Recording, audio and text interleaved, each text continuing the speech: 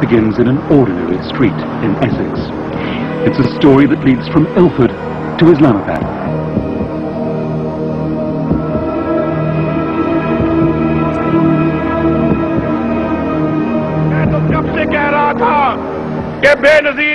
Nawaz Sharif's first run for Prime Minister was in 1990, though natural controversy has dogged his political career. He and party colleagues are said to have been paid money from a state bank for their campaigns. Alleged that military intelligence agents working for him gave them briefcases of cash. In the original affidavit submitted to the court, the intelligence officer who allegedly acted as the go-between listed Nawaz Sharif as having received 3.5 million rupees, about 7 to seek to decide this because this issue is before the Supreme Court of Pakistan. A Sharif family business, called the Ittifaq Group, grew from humble origins to become one of the country's largest enterprises. It was originally Sharif family mills are now almost derelict. At the start of the 90s, they prospered. But been as farcical as they were illegal. And put before the court were allegations that the family, having moved money out of Pakistan in the good times, were now bringing it back when they needed it. His case began with a bank account in the name of a Mr. Salman Zia, a name that became central to his investigations. Downtown Lahore, where Mr. Zia's account was opened in 1992 at this bank. Malik's inquiries showed mysterious deposits of hundreds of thousands of dollars paid into the account in travelers' checks.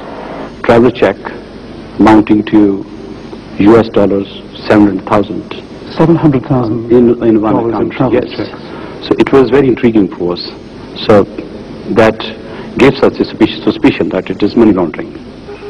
Bank records obtained by Malik show that in one 7-month period alone, the fortunate Mr. Zia had travelers' checks worth over $1.5 million paid into his account.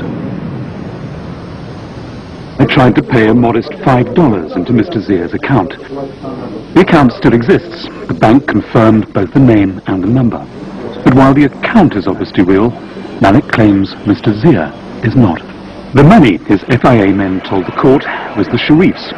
But there was no paperwork to prove it. And what if there really was a Mr. Zia? On the account application form, Mr. Zia's occupation was described vaguely as agriculturalist. The address given was Main Bazaar, Sahiwal, though curiously it said no correspondence. We went to Sahiwal to try and find a Mr. Salman Zia, or even just his address in the Main Bazaar. भाई दबे वो main बाजार का नाम नहीं साथ बाजार का नाम होगा ना जैसे पाकपतन मेन बाजार पाकपतन बाजार साथ बाजार का नाम भी बताया है फिर पता चलेगा इस तरह मेन बाजार कोई नहीं है शायद Salman Zia is a fake man. He doesn't exist. The trail led to London. Malik claimed that millions of dollars issued from the Zia and other fake accounts had been paid into accounts opened back in Pakistan in the names of a London family, a family called the Kazis. Unlike the mysterious Salman Zia, they had passports, but the passports were British. Well, the family had even been in Pakistan when the accounts opened in their names were opened there. The trail to the Kazis led past the city, well past it. It led to Ilford in Essex. His home is in this busy Ilford High Street. To the family's bemusement, letters started dropping through their letterbox from the banks in Pakistan. Good news for the Kazi family was that accounts opened in their names had millions of dollars in them. The bad news was that it was being used as a way of guaranteeing loans to Pakistani companies. Companies connected to the family of the Prime Minister of Pakistan. Today, Kashif Kazi opened a letter that said he had over $2 million. But it had been used for a loan to Hudaybiyah Engineering, a Sharif family company which had not paid any of its dues. Kashif Kazi was now being asked to please arrange the payment. Another worrying letter warned, in spite of the bank's repeated reminders and constant follow-up, it had not received any payment from the Sharif company money had been lent to.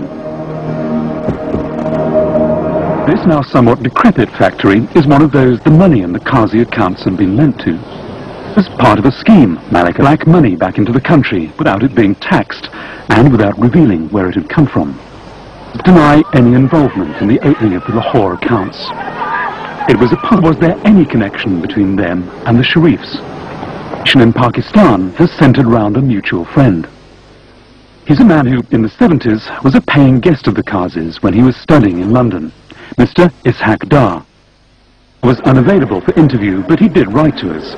He said the Qazis are friends of himself and the Sharifs, and he blamed Qazis had been treated not just like friends, it was suggested, but like official state guests. The story of the Zia and Qazi accounts was the basis of the cases the FIA brought against senior members of the Sharif family. They were accused of using fake accounts to bring black money back into the country and avoid paying tax. The court was told of a tax case in which directors of a Sharif company were said to have opened accounts in a dubious manner to whiten the black money.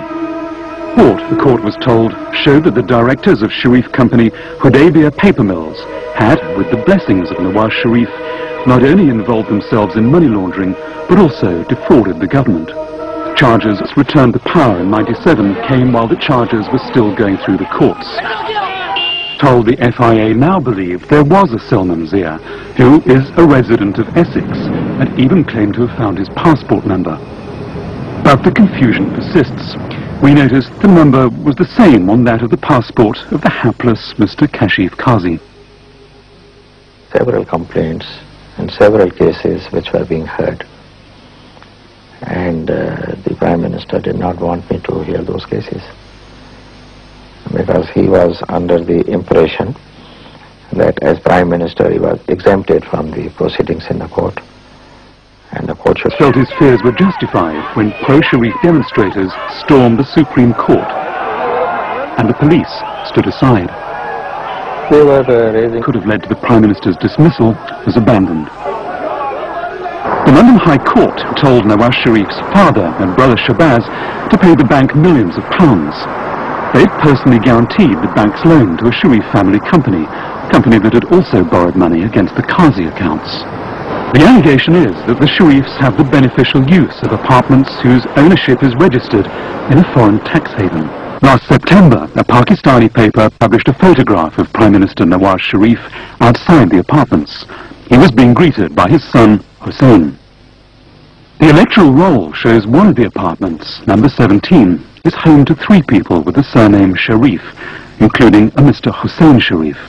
My clients took security for that investment through personal guarantees which were offered by 3 members of the Sharif family in Pakistan. We've obtained a judgment in respect of those guarantees against the Prime Minister's brother for in excess of $17 million and against the Prime Minister's father for in excess of $14 million. We would like the judgment debtors to come to court in this country and explain what assets they have here and abroad which can be used to satisfy that debt. The tragedy is that, as a nation, Pakistan has yet to learn how to rid itself of the spectre that has haunted it for so long, the spectre of corruption.